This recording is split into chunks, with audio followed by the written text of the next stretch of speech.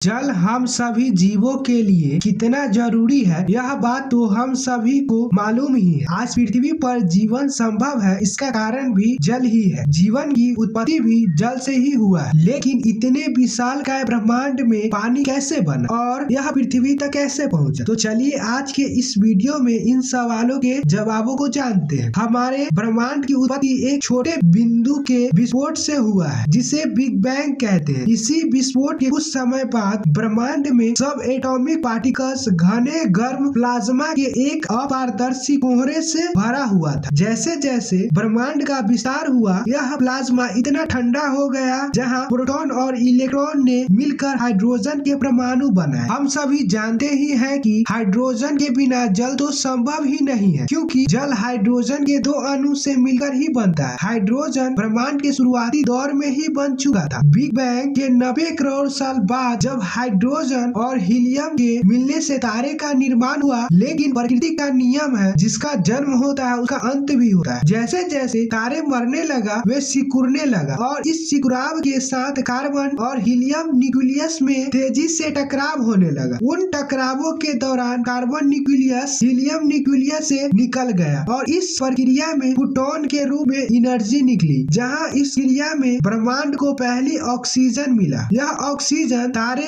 मरने के बाद समस्त ब्रह्मांड में फैल गया और अब ब्रह्मांड में ऑक्सीजन और हाइड्रोजन बन चुका था। यह दोनों एक ऐसे स्टेज में आए जहां ऑक्सीजन और हाइड्रोजन आपस में केमिकल रिएक्शन से ब्रह्मांड को पहली पानी मिला। जब एस्टेरॉयड और अन्य ऑब्जेक्ट इस पानी के पास से गुजरा तो वह एस्टेरॉयड और अन्य ऑब्जेक्ट में अवशोषित हो गया और ब्रह्मांड में इधर उधर भटकने लगे। लगभग 4.5 अरब साल पहले कई ग्रह और नए तारे बन रहे थे और कुछ खत्म भी हो रहे थे। इसी दौरान हमारा पृथ्वी का भी निर्माण हो चुका था। लेकिन इस पृथ्वी पर वही एस्टेरॉयड और उल्का पिंड जो पानी अवशोषित की हुई थी, पृथ्वी पर 20 मिलियन साल तक गिरते रहे, जिससे अवशोषित पानी पृथ्वी की सतह पर निकल गया। यह प्रक्रिया लगभग 4.5 अरब साल तक लगातार चलता रहा, जिससे कई महासागर, समुद्र, पानी का हर सोर्स का निर्माण हुआ। यह सभी बातें मैं ऐसे ही नहीं कर रहा, क्योंकि इसका प्रमाण हमें हालिया रोसेटा अंतरिक्ष यान से पता चलता था, जो किसी कॉमेट्स की परिक्रमा करने वाला पहला अंतरिक्ष यान था। जब वैज्ञानिकों ने पाया कि कॉमेट्स पर बना पानी पुराने हाइड्रोजन से बना था, जिसका अनुपात पृथ्वी पर मौजूद पानी से मिलता जुलता है, जिससे प्रूव्ड होता है कि पृथ्वी पर उपस्थित पानी कॉमेट्स और एस्टेरॉयड के सहारे ही आया था। किंतु इतना सारा पानी जो पृथ्वी के 71% भाग को घेरे हुई है, यह सब उल्का पिंड के सहारे इतना पानी कैसे आया होगा? इस बात का पता आप वेनु नामक एस्टेरॉयड से लगा सकते हैं, जिस पर भारी मात्रा में कार्बन और पानी मिला है। वैज्ञानिकों के अनुसार इस पर उपस्थित पानी इतना अत्यधिक है जिसकी कल्पना करना भी मुमकिन नहीं है। तो अब आप सोच सकते हैं कि इससे ऐसे ही कई और अन्य उल्का पिंड विगत लंबे समय से पृथ्वी पर गिरे तो यह पृथ्वी की सतह पर जल का सैलाब ला सकती है, जो आज समुद्र महासागर के रूप में बना हुआ है। आज के लिए बस इतना ही। धन्यवाद।